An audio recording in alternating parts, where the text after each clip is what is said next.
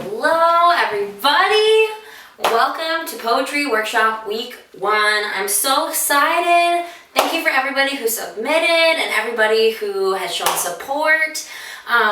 Whoever wants to submit next week, you do not have to be someone who submitted this week. You do not have to be committing yourself to submitting all the rest of the weeks. Totally open for anyone to pop on in for one session, for a few. It really is open for anybody. And I also wanted to mention that I don't know if we're going to be doing prompts next week. It's totally open.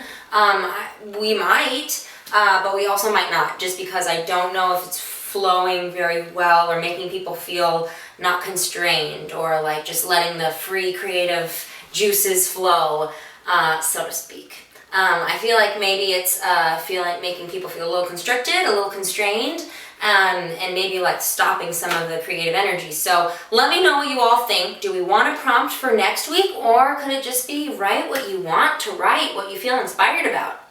Yeah, let me know. And as always, everyone's welcome. There are no rules in this poetry workshop other than be kind and uplifting to others.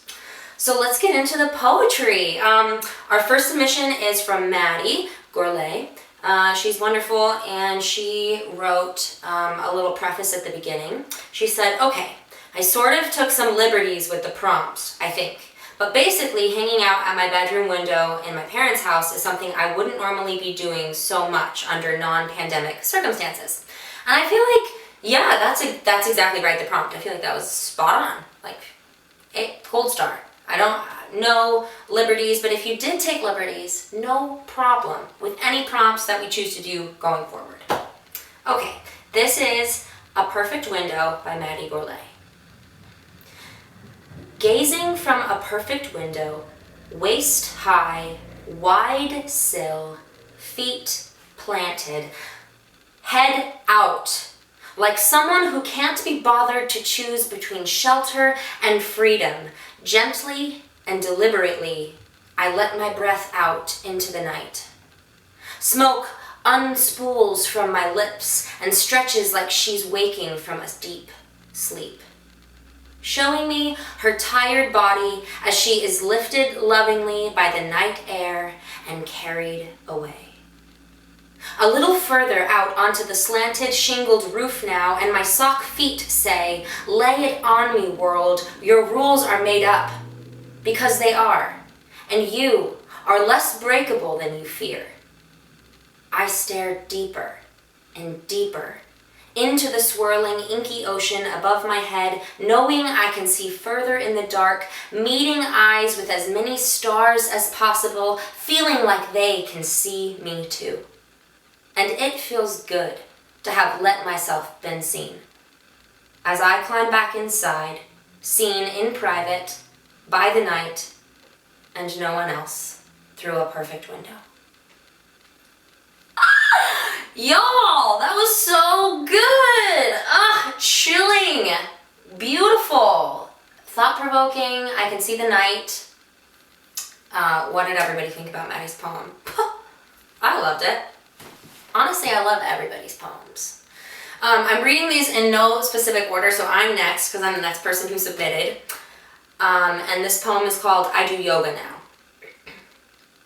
I stand on my blue Target yoga mat and feel my feet. All four corners like my YouTube yogi suggests. Breathe in, catch a wave. And I glide my form best I know how. I fold my stiff, tired, aching muscles over my rubber band legs and stare at my toes. My skin reminds me of Play-Doh, and I think of what a six-pack would look like underneath all the fat. I think of my friends. What are they doing right now? Where did my people go? How long can I last in a tiny apartment alone? I think when the last time I touched my friend's hair or hugged some familiar shoulders, I crave connection, I crave touch, a connection my YouTube yogi tells me I have beneath my feet. Breathe in, catch a wave. Press into all four corners. Let the breath lift you. I'm centered back at the mat. It is blue and from Target. At the window of my tiny own apartment, I catch a glimpse of the cat. She is breathing in the breeze from the open window. We catch a wave together. Okay, so this next poem is from Doug Galbraith. Love Doug. We love Doug. Doug's raising so much money right now. Go, Doug. And his preface is apologies in advance, which no apologies. No apologies. Whatever you all write, whenever you write it, however you write it, you do not have to apologize, because this is a space where you can write whatever you want. Okay, this is called Bare Necessities. I love this poem. Bare Necessities. Front to back or back to front, what is the best to clean my tunt? In delicate matters such as these, I've scant considered my extremities. Folded dry or partial wet, wish I had moist towelettes. My goal is to toot like a clarinet. Front page news in this pandemic caper is the pressing issue of toilet paper. Now, if I could just tell that guy if next he would buy some fucking 2-ply. Fucking amazing! So good. Thank you, Doug. Hilarious. This is something where this poem was funny and exciting and kind of quippy and talked about farts. And we all fart, believe it or not. And like, it's a human experience, and that is what writing is. It's bringing the human experience into words and out to be experienced by others. So yeah, toot away, right away. This one's called A Slow Burn by Andrew Childers. Thanks, Andrew.